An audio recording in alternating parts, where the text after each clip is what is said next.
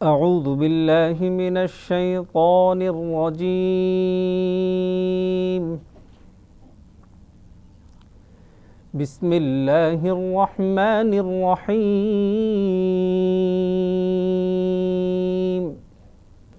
يغفر لكم من ذنوبكم ويؤخركم إلى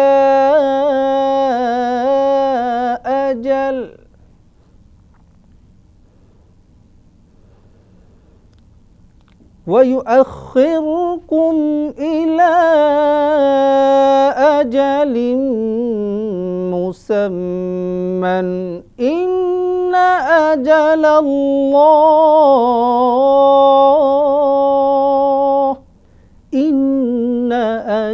الله إذا جاء لا يؤخر لو كنتم تعلمون. قال رب إني دعوت قومي ليلا ونهارا. قال رب إني دعوت قومي ليلا ونهارا.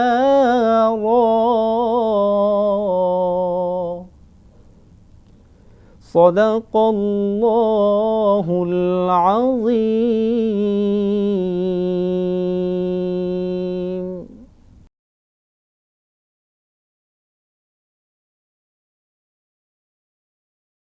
সূরা নূহ আয়াত 4 এবং 5। তিনি তোমাদের পাপ ক্ষমা করিবেন এবং তিনি তোমাদিগকে অবকাশ দিবেন এক নির্দিষ্ট কাল পর্যন্ত। নিশ্চয়ই আল্লাহ কর্তৃক নির্ধারিত কাল উপস্থিত হইলে উহা বিলম্বিত হয় না, যদি তোমরা ইহা জানিতে। সে বলিয়াছিল, হে আমার প্রতিপালক, আমি তো আমার সম্প্রদায়কে দিবারাত্রি আহ্বান করিয়াছি। হযরত নূহ আলাইহিস সালাম তিনি দ্বীনের দাওয়াতি কাজ করছিলেন আর সকলকে আহ্বান করলেন আল্লাহ পাক রব্বুল আলামিনের ইবাদত করার জন্য, আল্লাহকে ভয় করে চলার জন্য, আল্লাহর নির্দেশের পরিপূর্ণরূপে আনুগত্য করার জন্য। যদি এই কাজগুলো করে, রব্বুল আলামিন জানিয়ে দিয়েছেন তিনি জীবনের সমস্ত গুনাহগুলোকে ক্ষমা করে দেবেন। প্রিয় দর্শক, আল্লাহ পাক রব্বুল আলামিন আমাদেরকে অনেক ভালোবেসে এই পৃথিবীতে পাঠিয়েছেন। শুধু আমাদেরকে দিয়ে জাহান্নাম ভরপুর করবেন এই উদ্দেশ্যে না, রব্বুল আলামিন আমাদের জন্য জান্নাত তৈরি করে রেখেছেন। আমরা মানুষ, আমরা ভুল করতেই পারি। রব্বুল আলামিন জানিয়ে দিয়েছেন যারা ভুল করবে আল্লাহর কাছে ক্ষমা চাইবে, রব্বুল আলামিন তাদেরকে ক্ষমা করে দেবেন। কুল ইয়া ইবাদিয়াল্লাযীনা আসরাফু আলা আনফুসিহিম লা তাকনাতু মির রাহমাতিল্লাহ। আল্লাহ পাক জানিয়ে দিয়েছেন, ওগো হাবিব আমার, ওগো রাসূল আমার, আপনি আমার বান্দাদেরকে বলে দিন, তোমরা যারা নিজেদের নফসের উপর, আত্মার উপর জুলুম করেছো, অত্যাচার করেছো, গুনাহ করেছো, পাপ করেছো, আল্লাহ পাক রব্বুল আলামিন তোমাদেরকে ক্ষমা করে দেবেন, তোমাদের সমস্ত গুনাহগুলোকে তিনি মাফ করে দেবেন। এখন তাহলে করণীয় কি?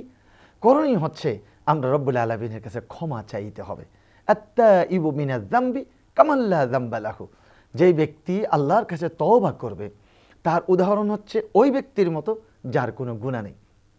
তাহলে গুনাহ নেই কার? নবিয়্যিন, সিদ্দিকিন, শুহাদা ওয়াস সালিহিন।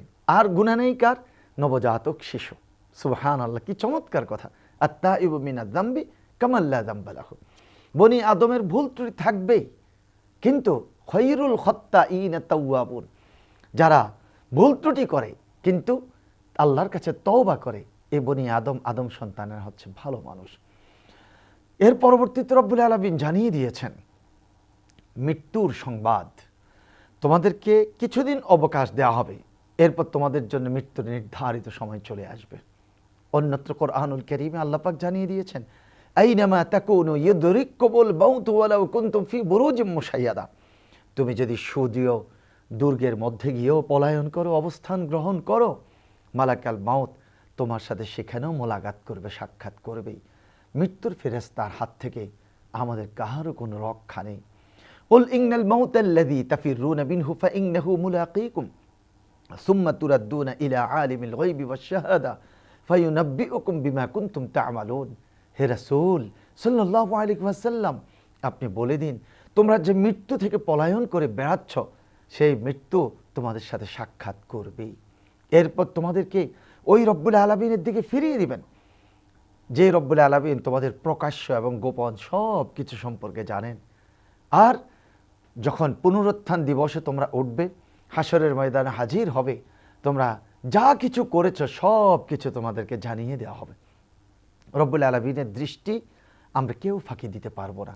অতএব আমরা ভুল করে ফেলেছি, হতাশ হব না। আল্লাহ গফুর, তিনি গফফার, তিনি রহমান, তিনি রাহিম। আমরা যদি তার কাছে ক্ষমা চাই, তিনি আমাদেরকে ক্ষমা করে দেবেন। আর আমাদের করতে হবে কি? আমরা তার ইবাদত করতে হবে, আমরা তাকে ভয় করে চলতে হবে এবং রব্বুল আলামিনের কথাগুলো অর্থাৎ কোরআনুল কারীমের নির্দেশগুলো পরিপূর্ণরূপে আমাদেরকে মেনে চলতে হবে। শেষ আয়াত, ৫ম নম্বর আয়াতে কারীমা, আল্লাহ পাক রব্বুল আলামিন জানিয়ে দিয়েছেন হযরত নূহ আলাইহিস সালাম রাতে দিনে মানুষদেরকে দ্বীনের পথে আহ্বান করেছেন। সমস্ত নবী রাসূলদের মিশন একটাই ছিল, আনি ইবাদুল্লাহ ওয়াজতানিবুত তাগুত, আল্লাহর দাসত্ব করো, আল্লাহর গোলামি করো, আর তাগুতকে তোমরা পরিহার করো। আমরা সকল প্রকার শয়তানি চক্রান্ত, শয়তানি ওয়াসওয়াসা থেকে নিজেকে হেফাজত করব, আর একমাত্র কেবলমাত্র শুধুমাত্র ইবাদত করব আমাদের রব্বে করিম আল্লাহ পাক আল্লাহ সুবহানাহু ওয়া তাআলার। তাই তো রব্বুল আলামিন বলেছেন, ইয়া আইয়ুহান নাসু উবুদু রব্বাকুমুল্লাযী খলাকাকুম ওয়াল্লাযীনা মিন ক্বাবলিকুম লাআল্লাকুম তাত্তাকুন। হে মানব জাতি, তোমরা একমাত্র ইবাদত করো তোমাদের রবের, যিনি তোমাদেরকে সৃষ্টি করেছেন, যিনি তোমাদের পূর্ববর্তীদেরকে সৃষ্টি করেছেন। যদি তোমরা সে রবের ইবাদত করো, লাআল্লাকুম তাত্তাকুন, আশা করা যায় তোমরা জাহান্নামের আযাব থেকে বেঁচে যাবে। প্রিয় দর্শক, আমরা এই পৃথিবীতে এসেছি, রব্বুল আলামিন আমাদেরকে আশরাফুল মাখলুকাতের মর্যাদা দিয়ে পাঠিয়েছেন। অতএব আমরা রব্বুল আলামিনের ইবাদত করব, বন্দেগী করব, আমরা সর্বাবস্থায় রব্বুল আলামিনকে ভয় করে চলব, অন্তরের মধ্যে তাকওয়ার লালন করব। রাসূল করিম সাল্লাল্লাহু আলাইহি ওয়াসাল্লাম প্রশ্ন করেছেন, আতাদরুনা মা আকসারু মা ইউদখিলুন নাসাল জান্নাহ, তোমরা কি জানো কোন জিনিস তোমাদেরকে সবচেয়ে বেশি জান্নাতে প্রবেশ করাবে? এরপর রাসূল সাল্লাল্লাহু আলাইহি ওয়াসাল্লাম নিজে জবাব দিচ্ছেন, তাকওয়াল্লাহ ওয়া হুসনুল খুলক, আল্লাহ ভীতি, তাকওয়া ওয়া হুসনুল খুলক, এবং উত্তম চরিত্র। হযরত ওমর ফারুক রাদিয়াল্লাহু তাআলা আনহু হযরত উবাই ইবনে কাব রাদিয়াল্লাহু তাআলা আনহুর কাছে প্রশ্ন রাখলেন, উবাই ইবনে কাব, তাকওয়া কি? উবাই ইবনে কাব বললেন, হে ওমর, আপনি কি কাঁটাযুক্ত পথ দিয়ে চলেন? বলে, হ্যাঁ চলি। কিভাবে চলেন? আমি এমনভাবে চলি যাতে করে আমার কাপড় চোপড়ে আমার শরীরের মধ্যে কাঁটা না লাগে, অত্যন্ত সতর্কতার সাথে। তখন তিনি বললেন, আপনার আশেপাশে বিভিন্ন ধরনের পাপ থাকবে, কিন্তু সেই পাপ আপনাকে যাতে স্পর্শ করতে না পারে, আপনি পাপ থেকে মুক্তভাবে জীবন যাপন করবেন, এটাই হচ্ছে তাকওয়া।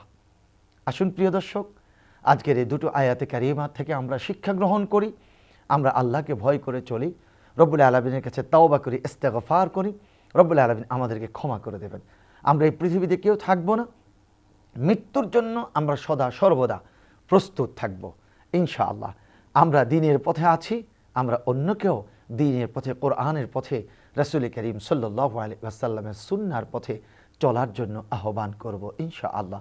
মহান আল্লাহ সুবহানাহু ওয়া তাআলা আমাদেরকে কোরআনুল কারীমের এই আয়াত দ্বয়ের আলোকে আমল করার তৌফিক দান করুন। রব্বুল আলামিনের কাছে মুনাজাত রেখেই শেষ করছি।